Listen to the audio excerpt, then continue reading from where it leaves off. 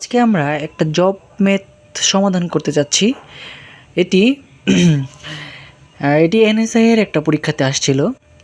তো এখানে আমরা প্রশ্নটা একটু অ্যানালাইসিস করি। প্রথমে একটি বই 120 টাকায় কিনে 100 টাকায় বিক্রি করে দিলে শতকরা কত লাভ বা ক্ষতি হবে? এটা খুবই সহজ অঙ্ক।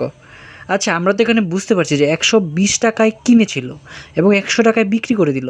তার মানে কি আমাদের কি হলো? 20 টাকা লস হইল, তাই তো? তো আমরা দেখতে পাচ্ছি যে আমাদের 20 টাকা ক্ষতি হয়েছে। তাহলে আমরা এভাবে লিখতে পারি না যে 120 টাকায় ক্ষতি হয়। কতটা ক্ষতি হলো 120 টাকায়? 20 টাকা। আচ্ছা, সুতরাং 1 টাকায় ক্ষতি হয়, 1 টাকায় ভাগ হবে। 1 টাকায় ক্ষতি হয়। এখন আমাদের যেহেতু এখানে বলেছে যে শতকরা কত লাভ বা ক্ষতি হয়, শতকরা মানে হচ্ছে 100। তাহলে 100 টাকায় ক্ষতি হবে। কত ক্ষতি হবে 100 টাকায়?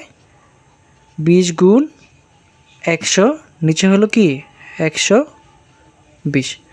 তাহলে এই শূন্য কাটা।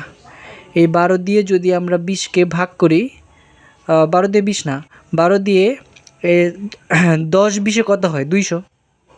10 20-এ হইল কত? 10 20-এ হইল 200। 200কে যদি আমরা 12 দিয়ে ভাগ করি তাহলে হচ্ছে 16.67 দিল নষ্ট। তাহলে এখানে দেখতে পাচ্ছি যে আমাদের উত্তরটি হলো যে 16.67 টাকা। 16.67 টাকা কী হয়েছে? আমার লস হয়েছে।